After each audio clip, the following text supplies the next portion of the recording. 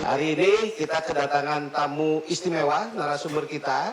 Ini adalah Komandan Golf TKN Prabowo Gibran. Golf ini adalah yang membidangi relawan. Arbi termasuk salah satu relawan yang sudah disertifikasi oleh Komandan Golf. Kita sudah menghadap ke rumah besar relawan pada 27 November 2023.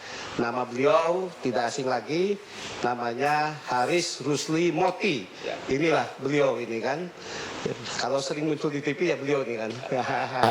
Jadi hari ini keluarga besar Arbi kita akan menggali banyak hal dari beliau terkait tentang strategi kampanye, khususnya nanti membahas terkait dengan pemenangan untuk para pemilih milenial yang potensinya sangat besar. Nah karena itu saya juga undang, ini anak muda, generasi muda, kader Muhammadiyah, cendekiawan Muhammadiyah, namanya Devi Indarto. Devi Indarto. Ini Devi salah satu dulu pimpinan pemuda Muhammadiyah, Mas. Sekarang masih di pimpinan pusat Muhammadiyah. Masih pimpinan pusat Muhammadiyah. Oh sekarang di Muhammadiyahnya. Iya, sekarang di PP Muhammadiyahnya, sebelumnya di Pemuda Muhammadiyah. Itu. Nah, hari ini Arus Baru Indonesia melakukan kick off aktivitasnya, walaupun beberapa sebelumnya sudah kita laksanakan, dan kita menempati rumah baru, rumah Arbi. Ini di Jalan Sawo 45, Menteng, Jakarta Pusat. Sebelumnya rumah Arbi ada di Jalan Yusuf Adiwinata nomor 7. Dan mudah-mudahan dari sini kita bisa optimal mengembangkan dan mendukung Prabowo Gibran sini, dan kita wujudkan asta cita yang selaras dengan visi, misi, dan programnya Arus Baru Indonesia. Arbi memiliki 9 pilar kekuatan. Pertama adalah pilar ulama. Itu. Secara organisasi, Arbi didirikan oleh Kiai Ma'ruf Amin yang saat ini menjadi Wakil Presiden Republik Indonesia. Dan Arbi pada 2019 mengusung Bapak Jokowi dan Kiai Ma'ruf Amin. Tahun 2024 kita menempatkan hatinya ke Prabowo Gibran. Ini ada dari TKN. Kenapa kita memilih Prabowo Gibran dari 3 calon yang ada sekarang? Karena visi misinya sama. Ada 9 pilar yang kita miliki. 1 ulama, kedua kita ada buruh tani nelayan, ketiga ada pengusaha termasuk UMKM di dalamnya. Hari ini tadi rekan-rekan makan bakso siang, itu adalah dukungan bakso dari para pedagang bakso Indonesia yang rasanya sangat enak sekali. Kemudian ada milenial, kita juga ada ekonomi, ada pendidikan dan kebudayaan. Ada juga jaringan santri dan remaja masjid. Nah, potensi-potensi inilah yang kita akan elaborasi dan kita optimalkan untuk mensukseskan Prabowo Gibran. Nah, untuk itu saya langsung karena waktu beliau saya akan langsung menggali. Pertama, saya ingin meminta tanggapan dulu bagaimana Bang Moti melihat Arus Baru Indonesia yang sudah sukses kemarin mensukseskan Pak Jokowi dan Kiai Ma'ruf Amin, dan insya Allah kita akan sukseskan Prabowo Gibran bersama 500 relawan lainnya dan juga Koalisi Indonesia Maju. Silakan Bang Moti.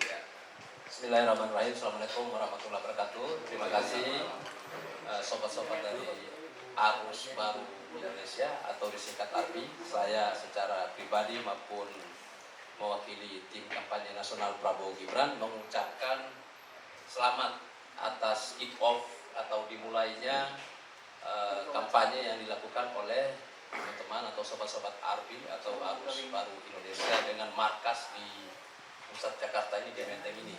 Selamat kepada Ketua Umum Mas Guntur dan juga Pak Sekjen Pak Arjuna. Nah, ini berarti pembawa panahnya sebagai Arjuna yang akan memimpin di medan pertempuran. Ada nama Guntur juga ini. Waduh, menghardika ya, menggelegar gitu. Jadi ini perpaduan antara Ketua Umum dan Sekjen ini saya kira secara spiritual sudah cukup kuat lah.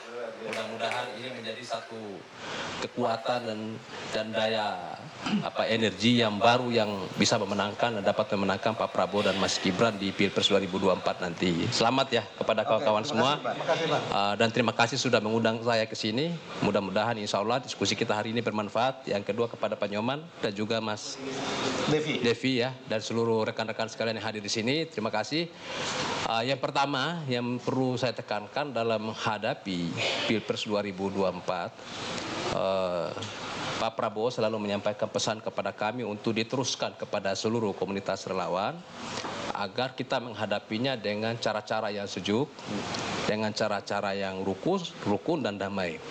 Nah, kita diminta oleh Pak Prabowo dan juga Mas Gibran agar supaya dalam menghadapi Pilpres 2024 ini kita tidak mengobar-ngobarkan permusuhan antara agama, membentur-benturkan antara satu suku dengan suku yang lain, atau mengobarkan permusuhan antara satu anak bangsa dengan anak bangsa yang lain. Kita tidak mau Pilpres 2024 ini mengulangi politik yang terlalu panas di 2009. Nah, sebagai komunitas relawan Prabowo dan Mas Gibran, kita diminta menjadi teladan dalam menjaga supaya bangsa ini tetap rukun. Demokrasi yang kita jalani haruslah merupakan demokrasi kerukunan, bukan demokrasi gonto-gontoan, fitnah-fitnahan dan seterusnya. Nah, dalam menghadapi politik marah-marah, politik sudut menyudutkan yang selalu dilontarkan, dikobarkan oleh pihak sebelah, kita dihimbau dan diminta oleh Pak Prabowo dan juga Mas Gibran agar menanggapinya dengan cara yang sejuk, dengan senyumin ceria, aja ya? Disenyumin aja.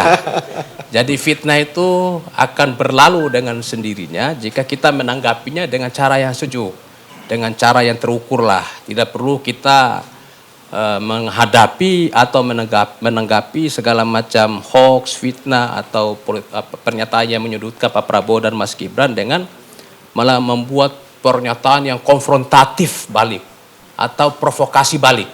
Nah, itu justru memanaskan situasi dan saya kira sangat tidak menguntungkan untuk Pak Prabowo dan Mas Gibran dan juga dalam rangka tidak baiklah untuk kepentingan bangsa dan negara kita ke depan. Jadi sebagai relawan Pak Prabowo dan Mas Gibran, saya kira misi utama kita tetap menjaga keutuhan bangsa dan negara kita berdasarkan Pancasila dan Undang-Undang Dasar 1945. Itu yang utama. Politik santun. Jadi, saya kira itu ya kita ya. Saya kira itu sudah menjadi frame dari seluruh Pak Prabowo maupun Mas Gibran, seluruh komunitas relawan sekarang ini. Saya kira semua bergerak dengan cara seperti itu. Nah, nanti saya kira teman-teman ARPI, saya yakin juga karena ini relawan yang cukup lama, dulu pernah memenangkan Pak Jokowi dan Pak Kiai Maruf. Jadi artinya secara ideologi, secara organisasi sudah cukup matang lah. Maksudnya dari segi jaringan dan sampai ke komunitas yang ada di sekitarnya, saya kira sudah bisa dikendalikan sehingga tidak muncul politik yang terlalu hit ya atau terlalu konflik seperti itu.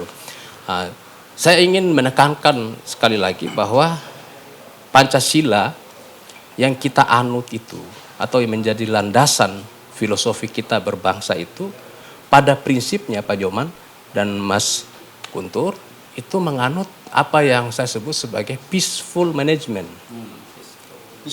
Peaceful management atau manajemen kebersamaan. Manajemen kegotong royongan.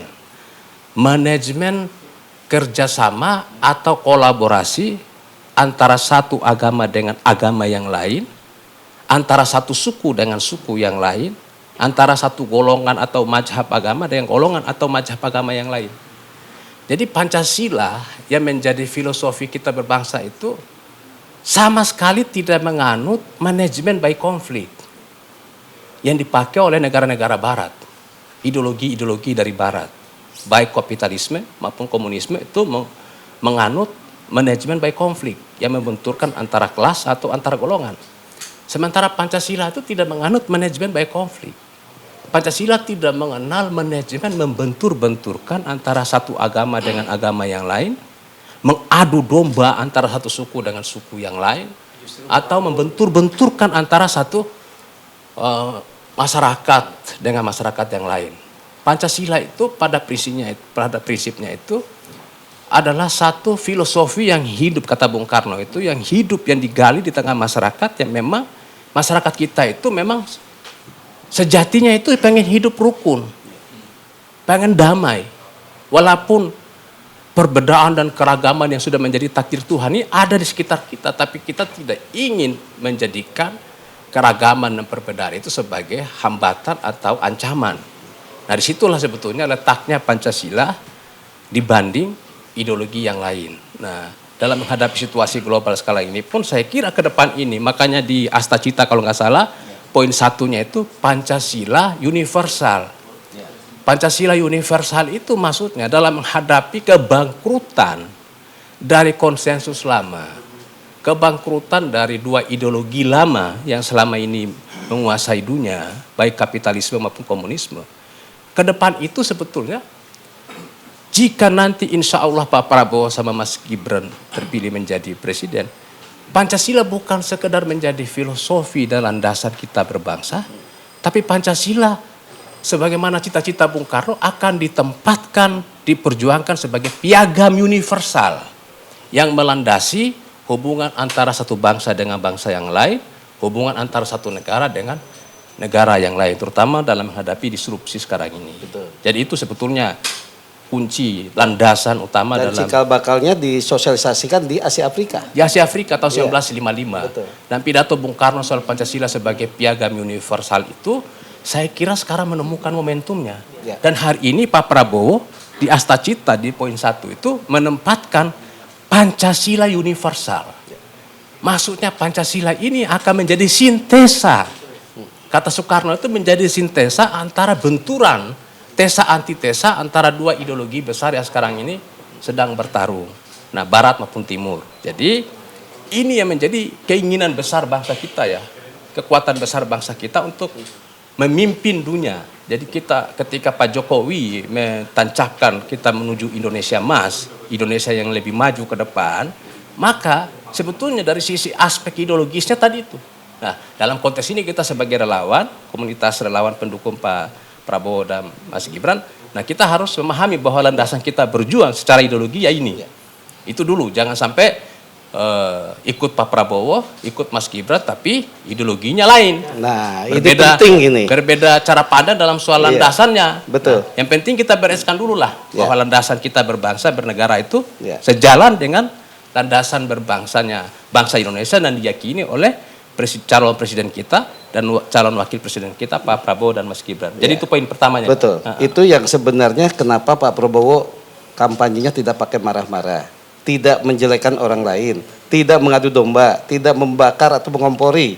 Itu mungkin Bang ya? Iya, jadi karena itu memang kita harus menjadi teladan sih. Jadi Pak Prabowo sekarang ini saya kira tampil aslinya. Ya. Kalau Pak Guntur dan juga Pak Arjuna dan Pak Nyoman kalau ketemu Pak Prabowo secara informal, sesungguhnya beliau itu sangat lucu. Sangat lucu. Kalau ngobrol itu lebih banyak lucunya. Ya. Lebih banyak guyonnya.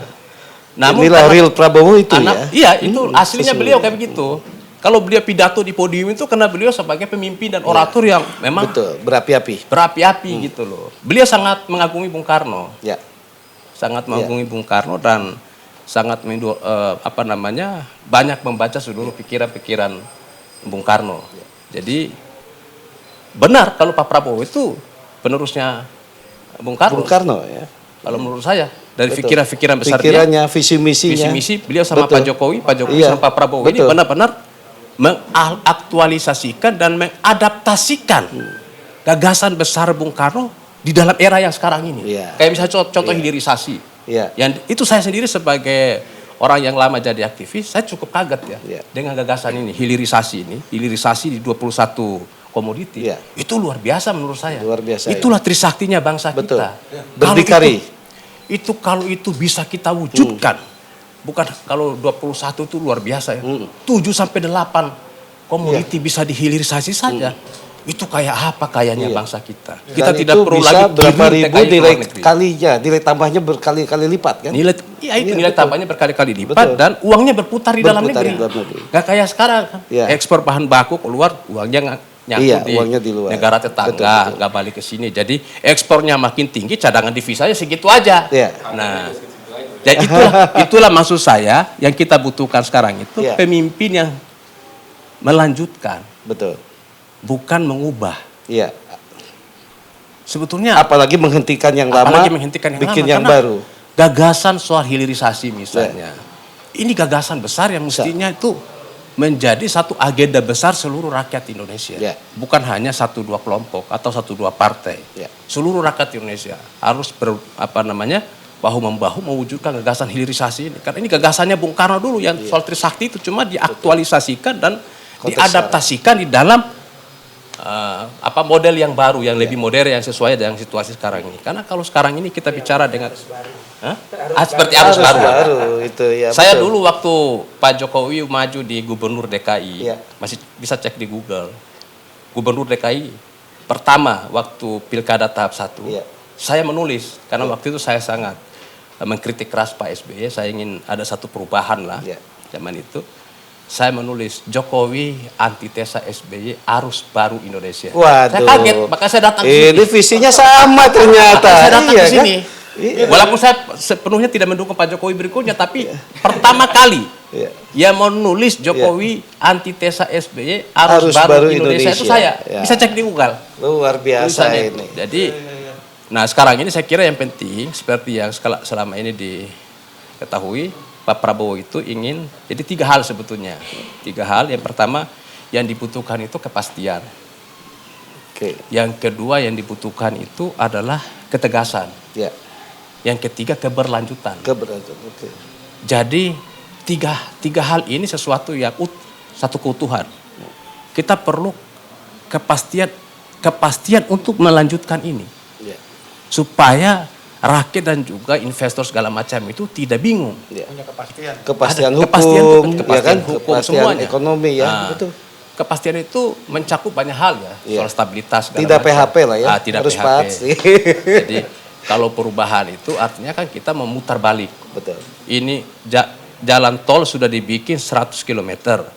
Lalu kita hentikan tengah jalan, ini tiang-tiangnya udah ditancap-tancapin, tiba-tiba pemerintah baru nanti harus ganti lagi. Ya. Atau yang bendungan, waduk yang dibikin, proyek infrastruktur atau waduk yang dibikin di berbagai macam tempat untuk hilirisasi, untuk aliran air segala macam ke sawah, irigasi ya, untuk petani, sedang dibangun, tiba-tiba harus dihentikan. Padahal itu manfaatnya banyak untuk masyarakat sekitarnya. Ini yang kita nggak mau. Kita pengen melanjutkan dan memperbaiki yang sudah ada, ya. bukan mengubah yang sudah berjalan sekarang ini. Nah itu saya kira poin. Iya. Itu betul. poin Ya, utama. ini penting ya buat para relawan Arus Baru Indonesia khususnya, bahwa kita pertama adalah harus melakukan strategi komunikasi dan kampanye yang tadi kita santuy. Kemudian substansi kita adalah landasannya adalah Pancasila. Bahkan Pancasila mau dibuat menjadi filosofi universal. Piagam yang bisa universal, diadopsi oleh global gitu kan, karena nilai-nilai Pancasila ini sangat luar biasa. Inilah sebenarnya sumber dari segala sumber untuk mempertahankan kita tetap bersatu, kita tetap bersama-sama. Pilpres hanya 5 tahun sekali gitu kan, tetapi kebersamaan itu jauh lebih penting dari segalanya. Karena itu kita mari sama-sama kita representasikan dalam semua langkah kita dalam kampanye memenangkan Bapak Prabowo dan Mas Gibran ini.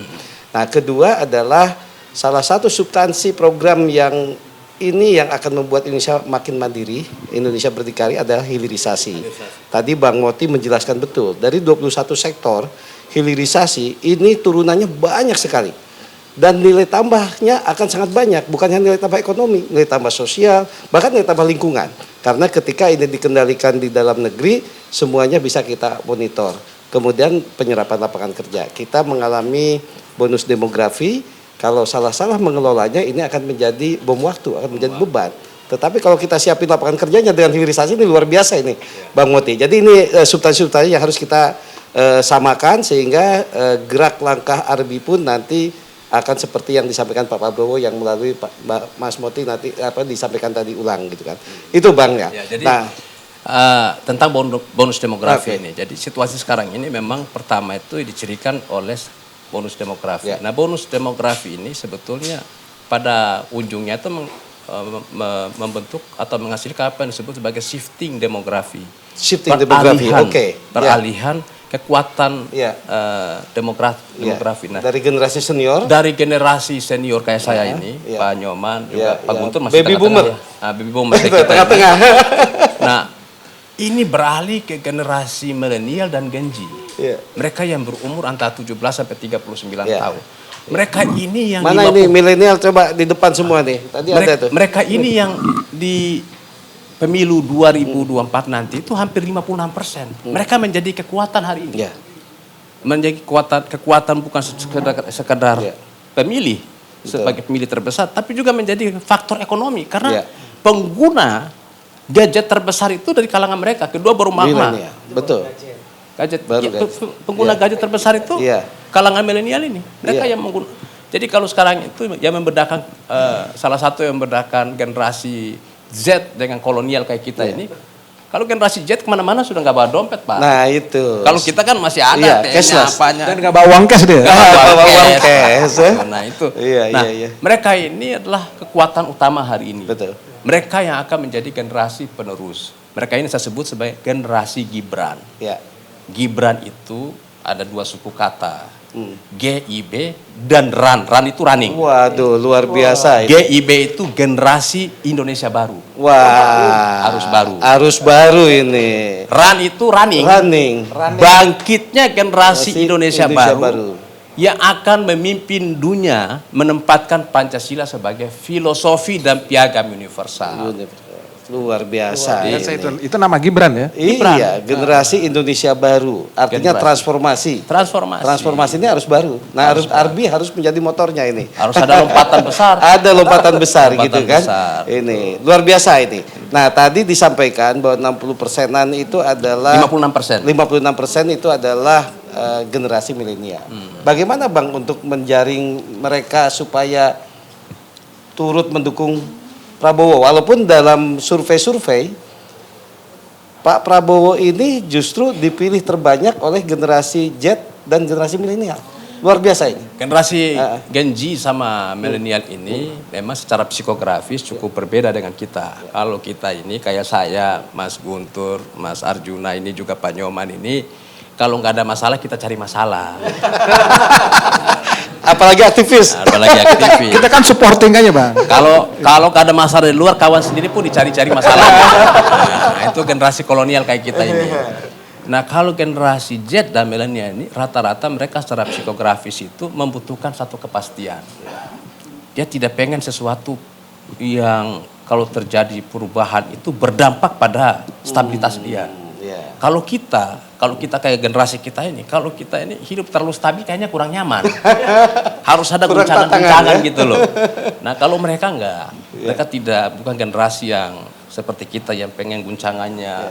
Jadi itu satu sisi, ada kelemahan-kelemahannya yang mungkin tingkat tempaan mentalnya pun masih belum setangguh.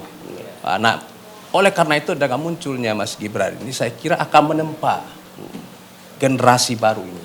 Generasi Indonesia baru ini sehingga punya kekuatan, punya mental tarung yang melebihi kita lah, melampaui kita dalam menghadapi segala macam tantangan lah.